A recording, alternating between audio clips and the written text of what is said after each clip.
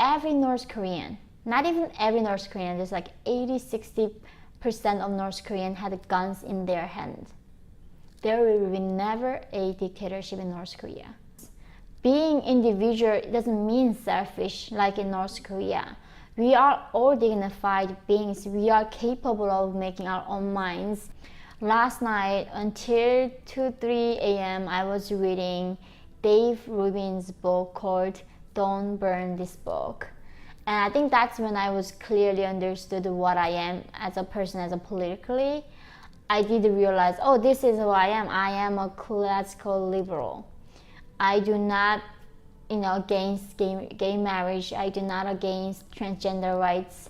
I do respect individual rights to do whatever they wish as long as they don't cause harm to others. And I want government to stay out of it as much as possible because I do not trust government. And this is what I am disturbed by right now living in America. And so many people think of government as if some kind of immoral, can never do wrong, that kind of institution, some kind of like almighty God. What North Korean dictatorship brainwashed us as if we have to think of the party and the government as if it's more than our own mothers. That's what they said, like the dear party is like our mothers, their love is even greater than the mother's love for their child, and we need to rest upon all our burden, every concern, and the government will take care of everything for us. And the result, imagine, how did North Korean government took care of us? I don't even need to go into detail how they took care of us. It became the worst nightmare that any human being can imagine. That's what North Korea is. And now I see in this country where there are so many people want to give every power, every right to the government.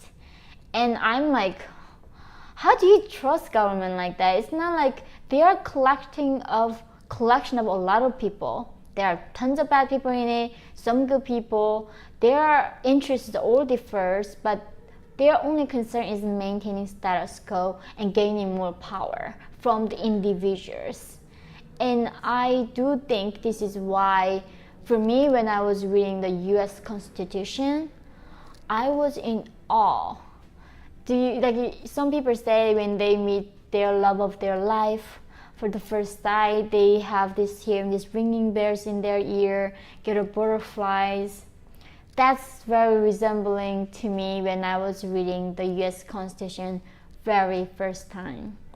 It literally gave me this feeling of, it's undescribable. It's like for the first time I felt this is what justice looks like. This is what our ancestors and every human being fought for. That individuals are valued, and above everything, individual rights matters the most. And the founding fathers who wrote the documents for a few hundred years ago, they have foreseen all of it, and especially they wrote the Second Amendment of where we have the right to defend ourselves from the government. I'm not going to go in detail about in all those pros and cons of having a gun. I do not say that, I don't pretend to know. There are definitely bad people using guns to use school shootings and going to church and killing tons of innocent people. That is happening. I know, I acknowledge that that's a problem, but it is not actually a problem caused by gun itself. If a bad guy doesn't use a gun itself, it doesn't have any immorality in it or badness in it, just a gun is gun. When the good people have the guns, it can have a power to protect good people and freedom that we dearly value the most.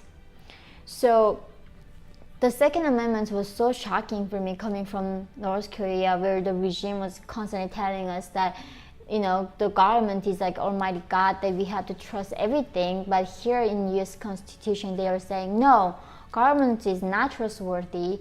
People have to watch out. And to do that, you need a gun to protect your rights, your property, and your own freedom.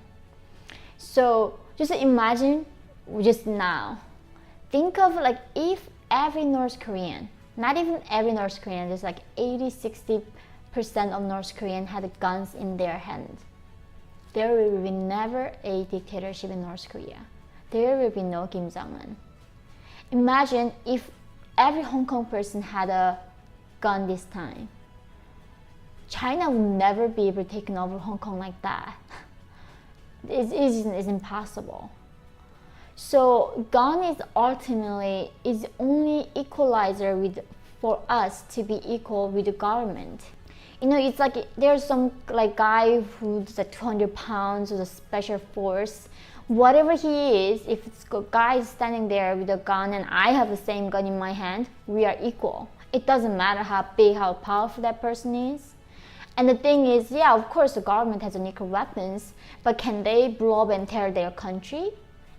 And if the people started like revolt, no way, because they have nobody to control and nobody to rule over anymore. So no any stupid government gonna blow up their entire country and then think they're gonna be safe.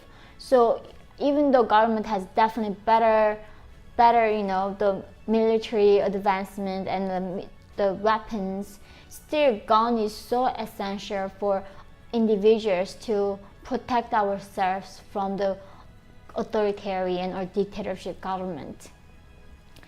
I think to me is that it is true that we need to screen people better with the mental health and all other previous history and criminal history, all other things, when we give the ownership to the gun to anyone.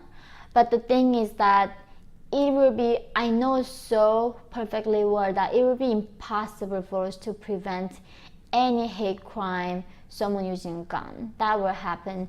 But that is a price that we need to pay to maintain our power, maintain our freedom, our right to defend ourselves. It is truly, to me, shocking and horrifying when people want to rewrite the US Constitution, because US Constitution has been tested. It's been applied, it's been tested, and it brought the prosperity and betterment of human life. And then people now want to destroy that piece of paper. It is so sad that I do not even know how to say. I mean, I know that democracy is not a perfect system. I know that US is not a perfect country, but it is by far the best system, best country I've ever seen and any humanity has ever seen. So I really hope that while we are fixing all other problems, I just wanted to add my opinion that what do I think of the gun ownership in America, which is the best empowering thing I've ever heard and best like empowering feeling I've ever had as an individual, that our founding fathers were that considerate, that thoughtful, and that concerned about individual liberty. And you know, they saw us as dignified beings. Being individual doesn't mean selfish like in North Korea. We are all dignified beings. We are capable of making our own minds and capable of making our own decisions. And that puts power into my hands. And like that, I do really appreciate that Second Amendment in America. And I really hope that we fight with everything we have right now to not bringing cases like North Korea and Venezuela to American future. And that's like only my hope